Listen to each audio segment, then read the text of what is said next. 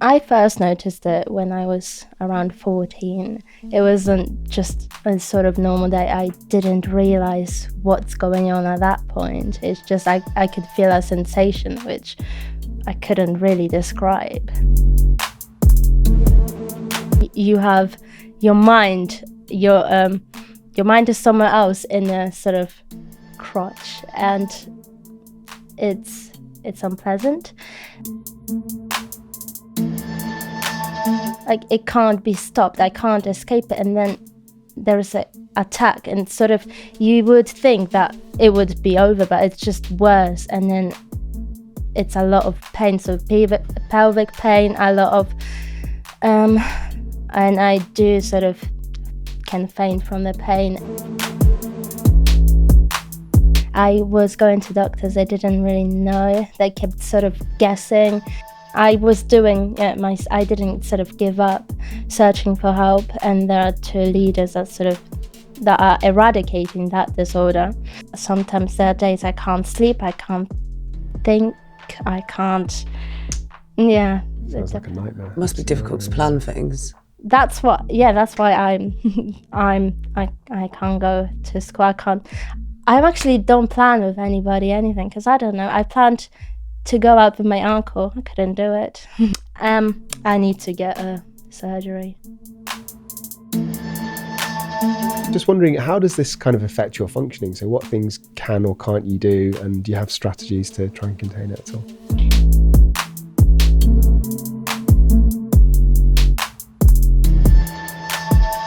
It's hard to conform to the society when they go so fast. It's hard to follow up.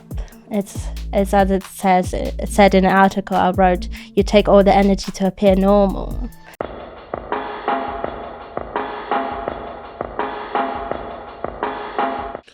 Today we have got Sara with us, who is 20 years old. She's bravely telling her story for the first time. I have never heard of anything like this before in my life, and I have done some research on it, and I'm just going to read you a little bit of what I have read. So, what is Pgad? That stands for Persistent Genital Arousal Disorder. Experts characterize persistent Pgad as unrelenting, spontaneous, and uncontainable genital arousal, mostly in females. A person with Pgad can experience spontaneous orgasms that do not resolve arousal, and the arousal does not result from sexual desire. Pgad can lead to ongoing physical pain, stress, and psychological difficulties due to an inability to carry out everyday tasks. The condition can affect females of all ages. However, experts have not clinically confirmed the incidence of Pgad, as many people with the condition feel too embarrassed or ashamed to seek medical help. So it's very brave of Sara to speak out. Now, I immediately thought of a situation from Arizona. There was a guy housed with us, and his man part was always inflamed, and the youngsters were like, wow, that's so cool that your man part is always inflamed. But he said, no, this is a symptom of a serious medical condition to do with his blood and stuff, and he could actually die. So these are things to be taken very seriously. And Sara, you know, thanks for coming in today. Thank you for having me. And telling us about this. Do you just want to tell us a little bit, before we get into it more, do you just want to tell us a little bit about you, your background, and how you first came to notice this when it first started? So I first noticed it when I was around 14. It wasn't just a sort of normal day. I didn't realize what's going on at that point. It's just I could feel a sensation which I couldn't really describe. And it was quite neutral. I just started worrying when it, didn't, just kept being there, and I could never escape it. It was sort of started to be a trap later on. Is that around the time when you started your period? It was before. It was before. I started my period before. I don't think it's sort of correlated in that sense. No. So how many times a day can this happen? So with me, I sort of feel it's every day you have sort of discomfort. So I've made scales from, I'm never sort of on 0. Let's say I'm sort of 3, 4 scales, and it's hard to concentrate, and it's just like you have your mind, your mind is somewhere else in a sort of crotch, and it's unpleasant, but yeah, I try to be positive. So you're saying there's always a permanent feeling there, but then it climaxes throughout the day, is that? Yes, I feel like it accumulates, and the stress makes it worse. So I feel like it can't be stopped. I can't escape it. And then there's an attack, and sort of you would think that it would be over, but it's just worse. And then it's a lot of pain. So pelvic pain, a lot of, and I do sort of can faint from the pain, and yeah, that sort of. Well, that sounds nasty, doesn't it? Yeah. Sarah, I was just wondering, how does this kind of affect your functioning? So what things can or can't you do, and do you have strategies to try and contain it at all? Yeah, of course. So sitting, definitely sitting. That's why I'm standing. I don't mind. It's better. How, sitting, definitely a lot more anxiety. I don't go to school anymore because it just everybody was sitting down, and it's just finished. It was finishing in the same structure. I just had crying spells, and I had the attacks, and I tried to do my work, and then it came, and because the stresses, and it's just a vicious cycle. I couldn't really. So I've decided to go online from there and sort of structure my life to that nasty disease. Did any of your schoolmates notice when this would happen? Yes. When I was 15, one of my friends, she was looking at me, and she said, "Oh, you look like in pain." I said, "Well," I didn't say anything. I don't really like to, feeling pity for myself. No, that's not my nature. No. But Did you have to tell family members or somebody at some point? I told my auntie ages ago, but it didn't. My symptoms sort of escalated as the time went. I didn't tell them for quite a long. Some people understand, some people don't. What kind of reactions have you had? Oh, that's amazing. Oh, you're lucky. Oh, yeah. Oh, you're sort of making it up. It's just an excuse. And then some good reactions. And I've noticed when sort of I feel understanding the symptom, I guess it's sort of correlated over the brain, everything, isn't it? Yeah. Well, that must be terrible. How do those reactions make you feel, those different reactions? Experienced. Sort of I've looked, I see the world sort of from different angles. I sort of appreciate me experiencing different things, I guess. And in terms of medical kind of input, have you sought medical help? And if so, what have you found the services you've been provided? Okay, that was a tough journey. I was going to doctors. They didn't really know. They kept sort of guessing, giving me the antidepressants. Maybe it's in your head. They didn't. Yeah, it was. That was one of the toughest thing. And then I went to San Diego this year, and then it said, "Oh, have you been examined down there?" I said, "No, never." I said, "Really?" So yeah, and actually they gave me antidepressants, which made me a really bad reaction. I was in mental health hospital for around a few months. Yeah. You were in a mental health hospital? I was, yes. Really? In 2018, I was in mental health hospital because I think I had definitely a psychotic episode. A psychotic episode? I did. And That was when you were on the medication. yeah, and I stopped it, and it stopped. I don't know. What was the symptoms of the psychotic episode? I was sort of in touch of the reality, and I couldn't tell what's dream. And sort of when I got the symptoms, I feel sort of similar. I wouldn't say it's a psychotic episode, but I feel like it's sort of blurry, like in the match. And then I come back. But I'm sort of aware. It's just hard to think for me. Must be. Well, sounds like must be horrible to have to deal with. It's like something that's kind of disabling you being able to do things all the time. Yeah. And when you go for help and the professionals, they don't understand the situation. It sounds to me like they just try this, try that, try this, try that, but nothing has worked, has it? No, nothing has worked so far. That's why I went to California. I was doing I didn't sort of give up searching for help, and there are 2 leaders that are eradicating that disorder, and very blessed really. So you reached out to the people eradicating the disorder, and what reaction did they have to you? The one in San Diego, Yeah. definitely. He was more experienced about that disorder. He sort of knew. I finally felt like I'm getting the concrete information rather than just, oh, I do feel sympathy for you, oh, that must be horrible. Well, I know. I sort of looked for answers, really. How old were you when you spoke to the person in San Diego? I was 19. That was last year. So from 14 then to 19, you were out in the wilderness with this. People were just trying this and that and nothing was working. Yeah. So for 5 years to go through that, I can't imagine how frustrated you must have been. At the end, I was. Was you on the verge of giving up? You're like, oh. Yeah, I had suicidal sort of attempts, yeah. Wow. And did you develop any of your own strategies to like minimize the symptoms? So was there like certain situations, either physical or psychological stressful situations that you avoided, for example? Or I just waited. I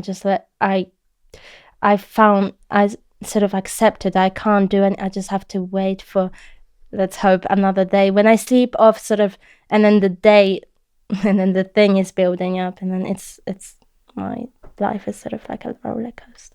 Sarah, can I ask a personal question? Yes, you can. What age did you start having sexual intercourse? I didn't have it. You haven't? No. No, you okay. I do feel pain, and that was one of the questions that the doctors asked, because that's actually a cause. Can you insert a tampon? And I was like, I could never tolerate it. And then I was in foster care, so my mom was sort of saying, oh, you can't do this. I said, and I couldn't explain. I didn't know what's wrong with me. And that was one of his questions. And then he kept going. He was like, okay, when you touch your belly button, do you feel discomfort? I said, oh, yes. Okay. And say, oh, you might have prolactin vestibulodynia. I was like, oh, what's that?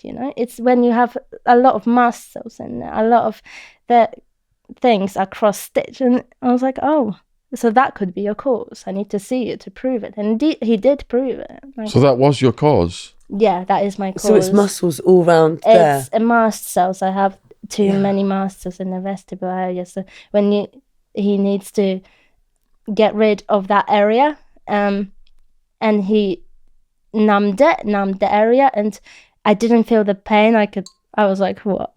Yeah, that was for 2 minutes, and then so it's not a brain thing then, it's a muscle thing. Yeah, the problem is here. So what is the solution? I need to get a surgery. What sort of surgery is it? How? You get rid of your sort of the vestibule, and then they stitch it together. You don't have the nerves, the area that is too many muscles. He'll confirm with the pathology that it was the cause. Yeah. And in terms of this kind of psychological element, are there certain like situations that make it worse, or is it related to stress in any way at all? Definitely stress. Well, stress makes everything worse, doesn't it? Yeah. Wow. Do you find yourself in a lot of stressful situations at the moment? I guess that's sort of my personality. I do get quite emotional myself anyway.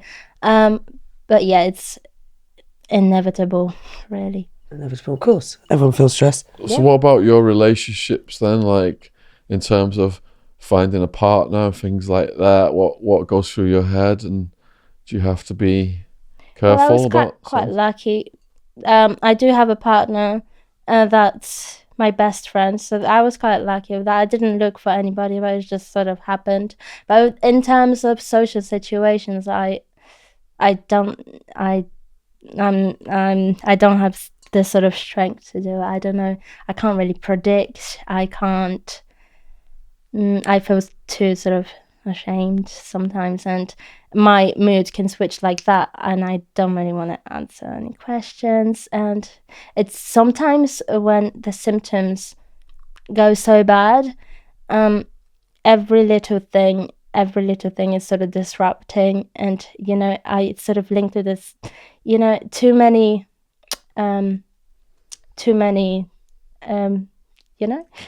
What's that? Too many, like social situations. No, sort of too many little factors can trigger it. It's so everything, from vision, I can hear too many, like every little thing. So your senses are heightened. Yeah, yes. horrible. That's sort of linking with. So do you go to like many social situations, like meals out and stuff like that, or do you avoid all that? Not. No. With my auntie, I will, but because she understands. But usually, no, I don't. No. And have you met many other people with this kind of disorder? I've met a group that's sort of, there are 3 groups on Facebook. One is the safe one, you get interviewed. And yes, I have around 800 members there. Wow. Not too many. Wow. Usually thousands, but... So you said, you're lucky to have found a partner who's your best friend. Mm-hmm. Did your partner know beforehand, or was it something you had to explain to your partner later on? I sort of Oh, you're all right to put the glass down as well? I'm sorry. It's the anxiety, sorry. It's okay. He knew from the start, because that's sort of... No, he knew from the start, because I didn't really feel fair. I explained it. And what was his reaction? That he can... That, he doesn't have to put up... how do I explain it? He doesn't really... Like, he can be... what's the nice word for that? He can work a ways Sympathetic. around Without it. without it. Yeah. And which I was like, okay. Oh. So very sweet. Yeah. Very supportive, incredibly supportive. Yeah. Definitely. How old were you when you were having the suicidal thoughts? It was last year. And what stopped you from doing it? What stopped me from doing it? And how did it get so bad that you were pushed to suicidal thoughts? Yeah, just the doctors. It's just the way in San Diego sort of seemed so unreachable, and the doctors didn't sort of really have the answers, and I sort of wanted to rely. I thought there was something wrong with me as well, and yeah. It must have been quite hard when this was all happening to tell people, right? So was there like certain people, like close friends or family members, that you felt you could trust versus people that you couldn't approach? Definitely. Yeah. So how did you actually approach those kind of conversations? Do you remember? I avoided it for a long time. And it's hard for me to explain it. It's, even if I try, very few people do understand. Did people start to notice your behaviour who were family members, and it got to a point where you felt you had to explain somewhat, otherwise they were going to think there were other things happening? No, I didn't care at that point. Really? Yeah. No, I was like... You'd had enough. Yeah, no. No, that's serious. So you've talked about standing up as your preferred position. That's why you're here, stood up today. Yeah. What about when you're sleeping? What does that position do? When I'm sleeping on my tummy always, and sort of with my with my legs sort of in number 4, so it's as less pressure as I have. Sometimes I can't sleep because of that, because the unwanted feelings are beseeching and waking me at night. My auntie said I had it at night. She could sort of... I was like, oh really? I couldn't feel it, but She could feel it. Yeah, she could tell me I have sort of pain in my face, and sort of I was, While you're sleeping, oh God. Yeah, that's weird. And what about when you're out and about? Like, I don't know, for example, going shopping, etc. First of all, do you do those things? And if you're out, how does it affect you, and how do you control it or minimize it? I'm sort of fine. I try to focus on one thing. Sometimes I have to stop and sort of I have this spasm in there, and yes, I do those things, but not I don't do it sort of consistently. I do it when I learned to not beat myself about it, and sort of be accepting of when I do have the strength to do it, or when I don't. Oh well. What about exercising, running? It fluctuates. I don't know. For me, is more of a cycle of everything being linked up. So when my mood can quite fluctuate. So when I'm feeling down, I usually wouldn't. I do try to push myself and Push yourself. But does it come on while you're exercising sometimes? No. No, it doesn't. Wow. No, it doesn't. When I'm running, it's harder when I'm running because I have this trousers and sort of it rubs. Then it does come. But when I'm cycling, I can't cycle. But usually I wear dresses to not have I don't have the underwear. No underwear. Okay. So usually. Bless you. Okay. What about when you go to the bathroom? Is that painful? Yeah, I have a urinary frequent. I go to the bathroom quite a lot. It's not painful.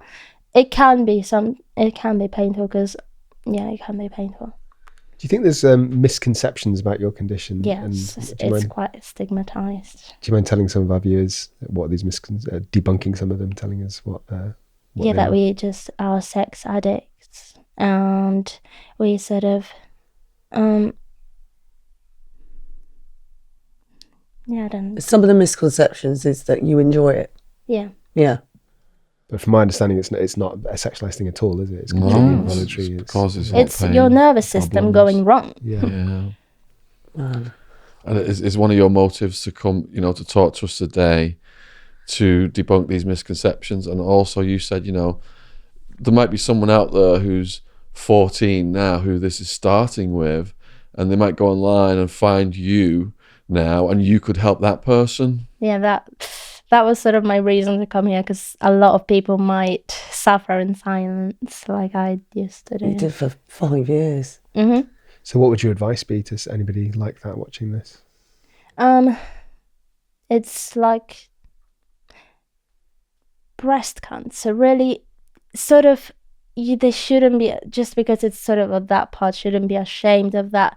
The breast cancer, don't get me, it's horrible. However, it's not stigmatized, and the help is accessible. For us, it's not.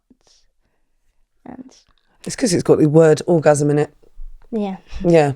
And also with that a lot of people have committed suicide because of that, if we do sort of read. And because that's why the Dr. Goldstein really pushed to find, and he is such a dedicated person, because 2 of his patients have committed suicide before 10 years ago. So it sounds like what you were saying before, that help is available, but it's quite hard to find. But once you find it, there are experts that know how to there is one in San Diego, one in the Netherlands.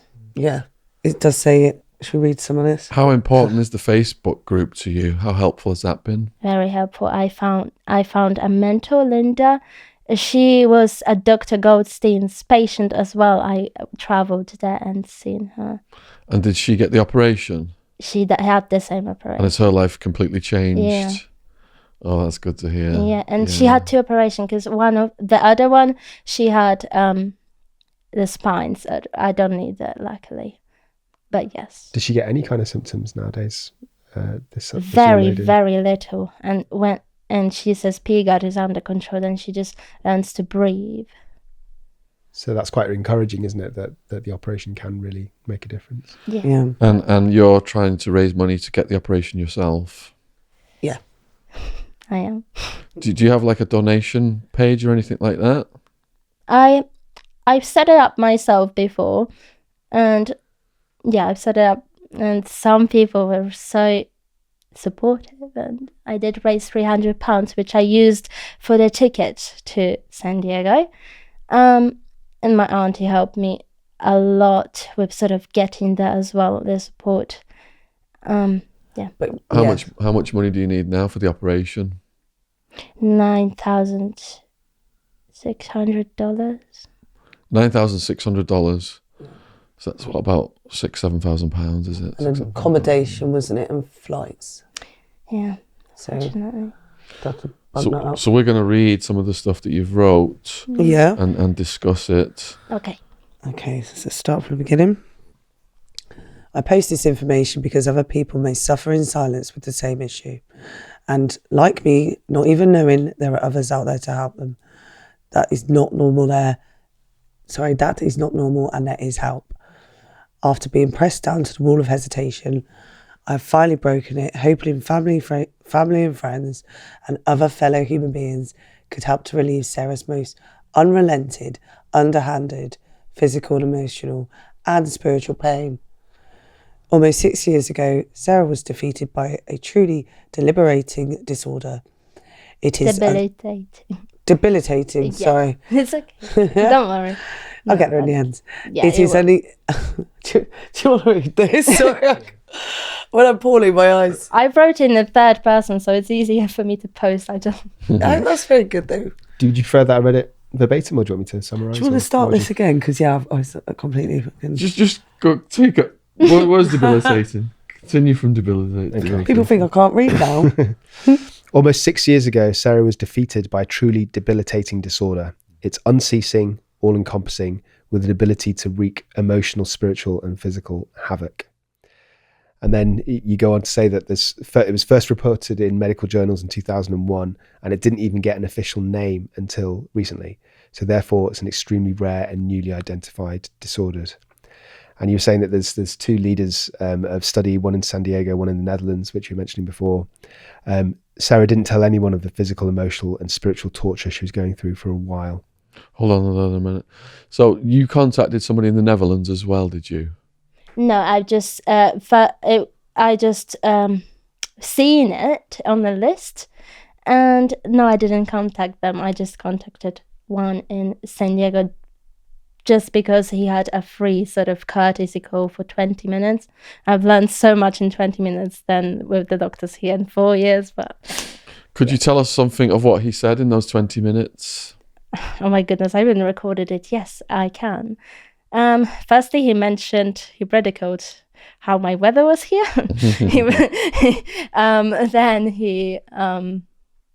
Then he asked me the key question of the tampons, sort of my medical history, which was a key, and he was so knowledgeable and told me so many facts, and I felt understood. And yeah. What are some of the facts? Pardon? What are some of the facts? Sorry. Like the facts, because you said he mentioned lots of facts about the condition. Yeah, he did, about the condition. You know, some medical jargon, really. I didn't really, and I tried to sort of keep up. And he mentioned about vestibular dynia, that I might have that. He thinks why, and then he explained why. And also he explained the examinations that I would have to have that in order for them to diagnose it.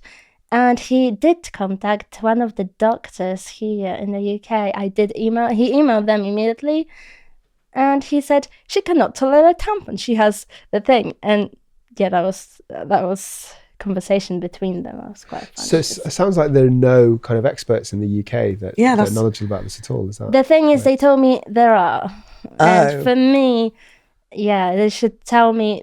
They don't know what they're doing in the first place. It was kind of, I wasted much time, but oh well, nothing happens with that. So the UK doctor then that he mentioned, did you go to see that doctor? Yes, I have. And what happened with that doctor? I went privately an hour.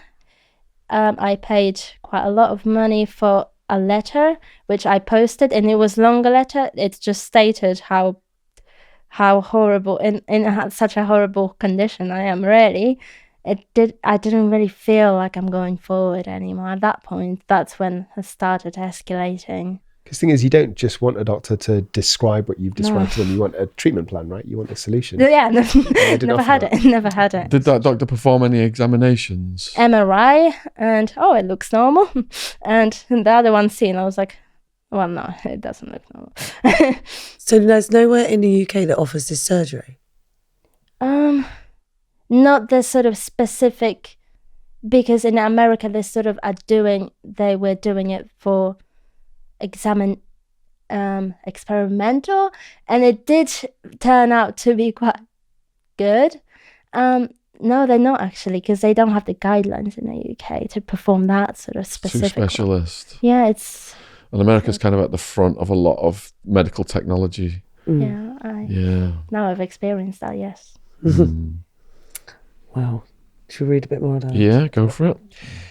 It's completely undesired, unlooked for, every second of every minute of every month and every year, genital arousal.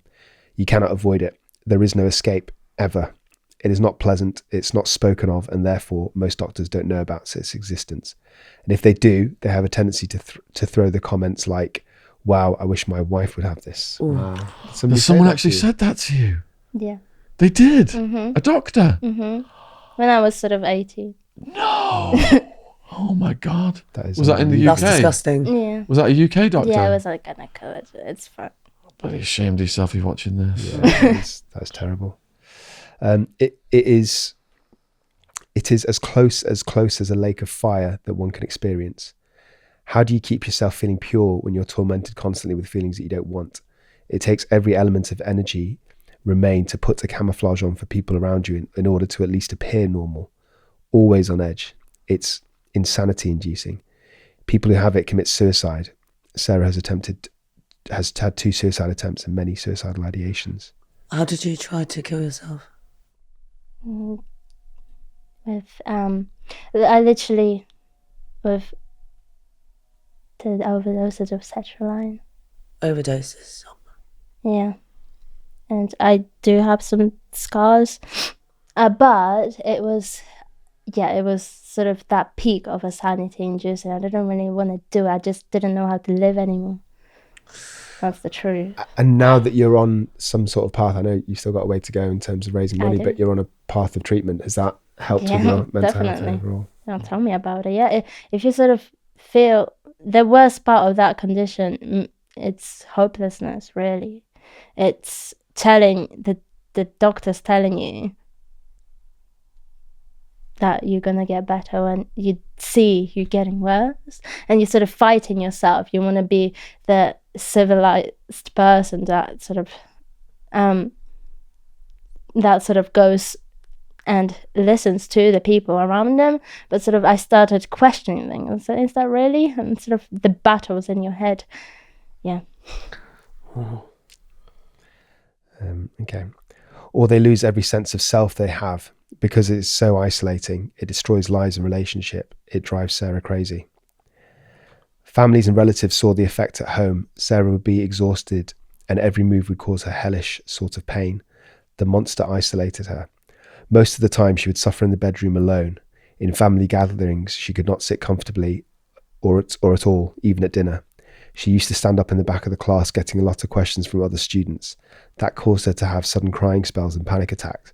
Nobody could understand why. Everyone thought that this has a pure psychological background, and it's still misunderstood. So when you were stood at the back of the class, Sara, did your teachers understand why you were stood at the back of the class? Yeah, they seemed to understand at that point, yeah. They did, but the students couldn't know. No, I didn't tell them. So then they would bully you and stuff, would they? No, just ask a lot of questions. They were curious. Yeah. How did you find the teachers in general? Were they supportive, would you say? Did anybody try and talk to you about it? I could sort of explain it. Oh, she says she has that, let her do this. And yeah, I think they were neutral, not really supportive, not really unsupportive. Yeah, that's not what you want though, really, is it, when you're that young, right? Teachers should be supporting you. Did you, when the students asked you questions, did you want them to know the truth or were you concealing it? I told them it's a medical condition, or my back sort of hurts. Yeah. So because I wasn't lying. Yeah, that's Yeah. clever. Yeah. Yeah, I think most people would probably do that, wouldn't they? I don't think yeah, I would, definitely. I would Yeah. have the courage to say anything else. We made an appointment with the world leader, Dr. Erwin Goldstein, in the research to eradicate this agony. He said that there is nothing worse that he knows of as far as medical conditions go. We're planning to make trips to San Diego. That's where his office is. The doctor has already an assumption of what the cause of this monster is. So you wrote this just before you went? Yeah. Yeah. Depending on the cause, it can fall under spinal cord abnormalities, not in that case. Through the consultations with the front office, they would compose the process of many imaging, counselling because of the trauma, testing, trips, and staying in the hospital. Summing up, that would be approximately... I thought. Says that would be approximately $90,000. I thought so because of a lot of counselling, a lot of I thought I will go there maybe 10 times. That was my estimate. And then, so you thought 90,000 because you thought you were going there 10 times, then you went over, he goes, no, it's just the once. Yeah, well, Yeah. yeah. So I don't know how much money I really do, but I really want that surgery done, really. We know what the surgery is. Yeah, we can we work do. out the costs of accommodation, because how long do you have to stay over there? 4 days. I 4 think. days, so it's 4 days accommodation. Yeah, because 4 days, purely because 3 days before he will give me a lot of shock waves too, and I think to eradicate, to ease my nerves before, something like that. And 1 day for the surgery, it will be a whole day, and he would give me a lot of sedation so I don't feel, and I have to go as fast as I can. Yeah, and I imagine you need some time for recovery, right? Yeah, 6 months in here. Back But in you the can UK, you can fly Mhm. back straight Yeah, after the surgery. immediately, Oh, really? immediately. Okay. Sarah cannot go on like this anymore, and she desperately needs help. It's extremely hard for me to ask. It's not in my nature, but I desperately want to survive and encourage other people to seek for help because there is always a way out. I need to reach out. Do you want me to carry on? Yeah, keep going. Please, if you have any means, do so. Contribute to this crowdfund account. It will truly change Sarah's life and end the crippling disorder that takes too many lives in silence. P.S. To clarify, I am Sarah. I've written it in the third person to make it easier for me to share. If you've made it to the end, thank you ever so much. Wow. And then it goes on to say that Sarah has got non-parental support at all. She cannot get a credit card because the salary must be at least £10,000. She's a full-time student and can't get a full-time job and therefore can't get a loan. Yeah, I used to work as an activities coordinator, and I used to faint and I couldn't get too much stress. I can't. How often do you faint from it? I do it when it gets sort of too much. So 3 attacks, then I feel so dizzy. Yeah, it's. And if you don't mind me asking, because it's a Yeah. bit personal, what's the kind of situation with your parents and their understanding of this? Are they supportive at all? Are they? No, I actually don't. That's a good question. I don't know actually. My parents are not really present. My father at all. My mother, she has issues of her own, and she has nothing really. She has. They're not in a position to help. They're you. not in a Okay, position I to help understand. me really.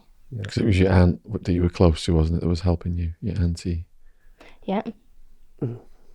Jen's friend. I know her, yeah. She's Mm. a wonderful woman, mean cook. Yeah. So I bet you're having fun there. But yeah. Based on Sarah's history, the doctor is suspecting a pudendal nerve pathology and vestibulodynia. The treatment comprises physical examination, tests and surgeries such as neurolysis and entrapment. They have found out that this will be available. This is a breakthrough that will also help other girls and women, and occasionally men, with the same devastating matter. The downside of this all is that the insurance will not cover it, none of it, because they do not recognise it as a legitimate health condition yet. Do they Yet. not? I said it. So they don't recognise it No. at this present In moment. the UK. No. Can't even tell you how. So you mentioned that it does happen to men, but it's a lot less common. Have you seen It's some of called these different priapers. priapism? I've That's heard the of what that, the guy I yeah. knew had. It was up all It's day. horrible. It was up all day, yeah. I've actually heard of that, yeah. Yeah. So you said about these pages on It's Facebook. like you've been raped by your host. Well, sorry, carry on. Sorry. who said you've been raped? No. It's like being raped by your own body. Oh, gotcha. Because it's just non-stop. Yeah. It's a trap. It's to do with the blood with Priapus, isn't it? Yeah. It's Sorry. So these Facebook pages, do you ever get creeps or weirdos try and troll you on them? No, Because because of the condition? that's a safe one. That's the one I'm on. It's a safe one. Are there a lot of unsafe ones? No, there's No. only one with Linda Cataldo in it. Ah, It's Have you ever had any kind of trolls or hatred from the internet? no, or- because I don't like people. best way. Yeah. Okay. That's the end. Yeah. No. Wow. So what do you do now? And you mean in my life? Yeah. Try to What- I am a student and I teach online, sort of standing. I try the best things I can cope, really. So you have a standing workstation? Yeah. Yeah. Mm. And what subjects do you teach? English or foreign, ESL as a foreign language, and biology. So what's an average day like for you? I can't predict it. That's why I can't predict it. That's why I can't work. Because you never know what's going to No. happen. So you can't live a normal life? No. No. What about like what would be a realistic best day for you and worst day for you? For me, the worst time is really wanting to do so much, but I can't. Yeah. And it's the limitation of physical along with psychological, actually. So at its worst, are you like sort of crouched over in pain, or are you lying in bed, or are you walking Yeah. around? So what kind of? Well, all different position. I can sit. I can sort of sit down and trying to. When you think you're gonna. That's the thing. That's the worst thing. When you think you're gonna go orgasm, it's gonna go away. It's even worse. It makes it worse, and they're just on top of each other. And sometimes there are days I can't sleep. I can't think. I can't. Yeah. Sounds like a nightmare. It must be difficult to plan things. That's what. Yeah. That's why I can't go to school. I actually don't plan with anybody anything because I don't know. I planned to go out with my uncle. I couldn't do it. I'm so. It's not a life you want, is it? And if when you have the occasional good days, are you able to function to a degree on a good day? Like, would you be able to go out and about? Like, would you be able to go shopping, cinema, for example, on a good day? Or, Cinema? Yeah. Absolutely not. You're sitting there. Yeah, probably going on a walk. And really being in my zone, because I'm an introvert. I do like my own company. I like my music. I like doing things on my own. Shaun's one too. What about your partner? As your partner's life, does he have to adjust his life in certain ways? Or? It doesn't feel like that, no. Comes quite naturally to us. That's good. Yeah, that's good. Wow. Thank you. Yeah, Well, thank that's you. all right. Thank you. And you know, for people watching this then, so anyone perhaps who finds this video who has this condition, what do you say to them? Do not give up, no matter how hard it sometimes seems. The worst thing is hopelessness, and you have the right to feel horrible. You have the right. Do not beat yourself about it. It's hard to conform to the society when they go so fast. It's hard to follow up. It's as it said in an article I wrote, you take all the energy to appear normal. And yeah, it does get tough, but you're not alone. And let me know, and I will add you to the support group. Well said. So we're going to put your crowdfund link in the below the video. Thank you so much. Do you want us to include the Facebook group, or do you have any socials or any contact information you want us to include? I don't really have any other any active. You can do Facebook if you So wish. include the Yeah. Facebook group, is that, or your Facebook page? I don't really have anything about my disorder though. I put it on private. So maybe the group. The Facebook group. Yeah. Yeah. Okay. Yeah. Okay. Well, thank you. Yeah, It's you. private as well though. Is it, well, So they've got to apply they've to got join. ask. Is that how it Yeah. works? Which is good because that keeps the idiots out. Exactly. That's Yeah. it. Stop the trials. So Yeah. Well, I yeah. don't know. So if somebody's got the disorder, send them to the Facebook group, and they have to do a Yes. quiz? Somebody calls you. What phones you up and interviews you about it? No, not phones you. Video. Oh really? Yeah. Mm. Oh wow. Yes, tight group. It is a tight group because it's needs to be, doesn't it? we don't need idiots. So, so during this interview, I've been watching your body language then, and sometimes you've been going like this with your hand. Is that because you're fending off an attack? Yeah, I sort of because if I would sit down it would just escalate. I don't want it that. It's possibly that, yeah. It's also anxiety, it's mixed. Yeah. Yeah. Well, you're a very good speaker. You've been very composed. I tried. Yeah, and considering what you've been through, and you've never told your story before, you're very articulate, and I think people are going to watch this, and their hearts are going to be open, and they're going to reach out and support you. So we really appreciate you coming along. Thank you so much. It's such an important thing to tell because, like you said, there could be people out there going through it who are on the verge of killing themselves, like you were, and they could find this, and it could save some lives. So thank you. Yeah. Thank you for sharing your story. It's Yeah, very thank brave of you, you. Sarah. It might not be actually that rare. The sort of this condition because not many people talk about Well, it. hopefully after watching this, people will come forward. Yeah. Yeah. Well, that's the thing, isn't it? If they're ashamed, because it says, when I read the introduction, it says a lot of them are ashamed and don't ever get any Yeah. treatment. So there could be a hell of a lot more people out there once the awareness is raised that could unite to get the treatment spread around the world. That's what I think. Yeah. Yeah. Brilliant. Right. Brilliant. I'll Thank come you, give you a Nancy. hug. Oh. Yeah, you can. Get out my bag back. Thank you for having me. That's all right. Do you want any water or anything? Thank you, Sarah. Thank you very much. That was great. Thank you. Thank you, Sarah. Thank you. Really- It was lovely to meet you.